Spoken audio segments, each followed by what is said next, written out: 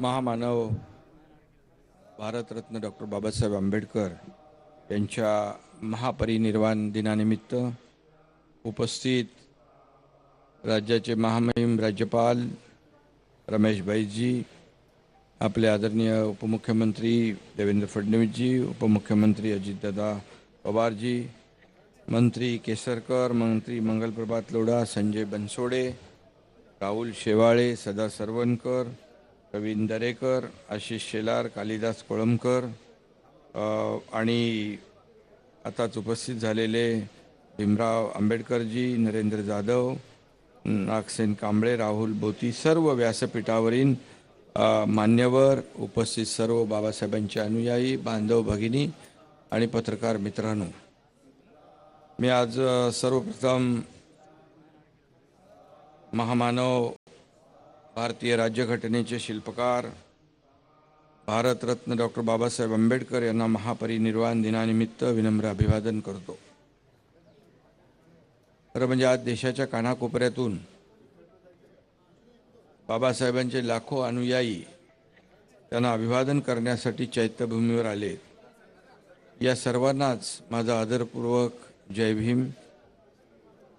चैत्यभूमीवर या दिवशी माथा टेकणं म्हणजे बाबासाहेबांना अभिप्रेत असलेला जीवनमूल्यांचा जागर करणं, बाबासाहेबांनी दिलेल्या सशक्त आणि सक्षम अशा भारतीय संविधानाच्या आधारावर आपल्या देशाच्या लोकशाहीची वाटचाल सुरू आहे। डॉक्टर बाबासाहेबांनी आपल्या विद्वत्तेच्या जोरावर भारताला कायदे तर दिलेच, पण त्यांनी अर्थव्यवस्था, शेती, सिंचन, उद्योग, ऊर्जा, महिला, धोरण, शिक्षण अशा अनेक विविध क्षेत्रातील धोरणांची आखणी देखील करून दिली। सर्वात महत्त्वाचं म्हणजे या धोरणांना त्यांनी मानवतेच्या विचारांची जोड सुद्धा दिली।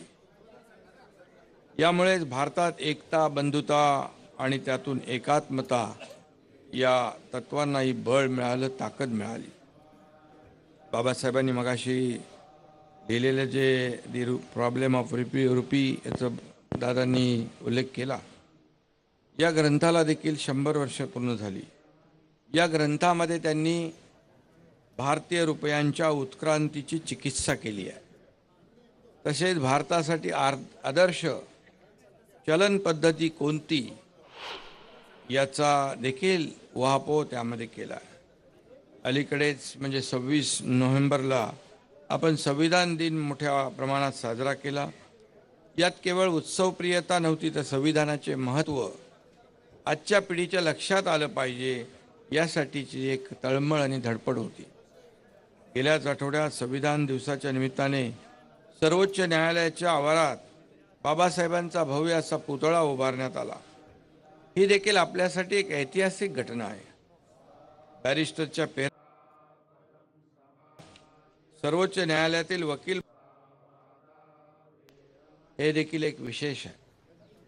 सर्वोच्च न्यायालयाचे सरन्यायाधीश माननीय चंद्रचूड साहेबांनी यावेळी सर्व समाज घटकांना ही देखील अतिशय महत्त्वाची, आपलं सरकारही त्या दिशेने पावलं उचलते।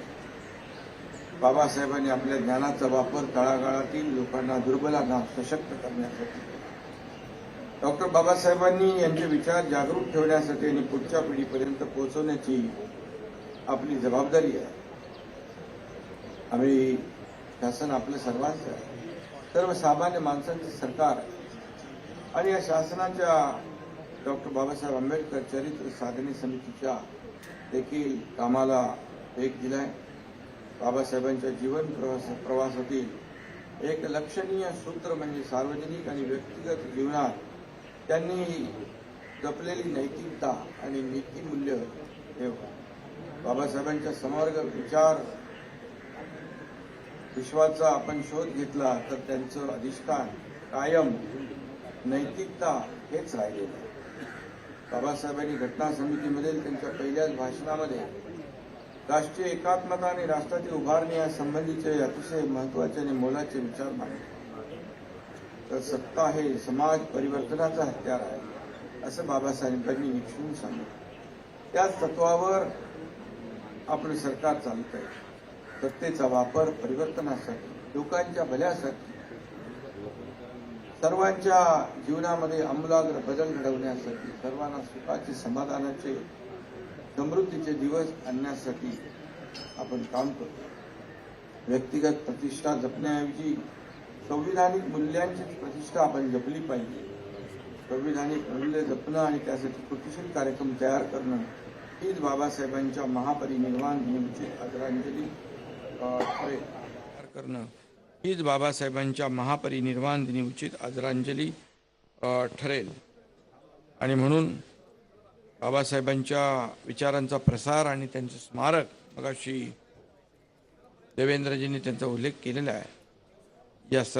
या सरकारसाठी सर्वोच्च महत्त्वाची ही बाब आहे आणि ते लवकरात लवकर पूर्ण करू असा मी आपल्याला विश्वास देऊ इच्छितो.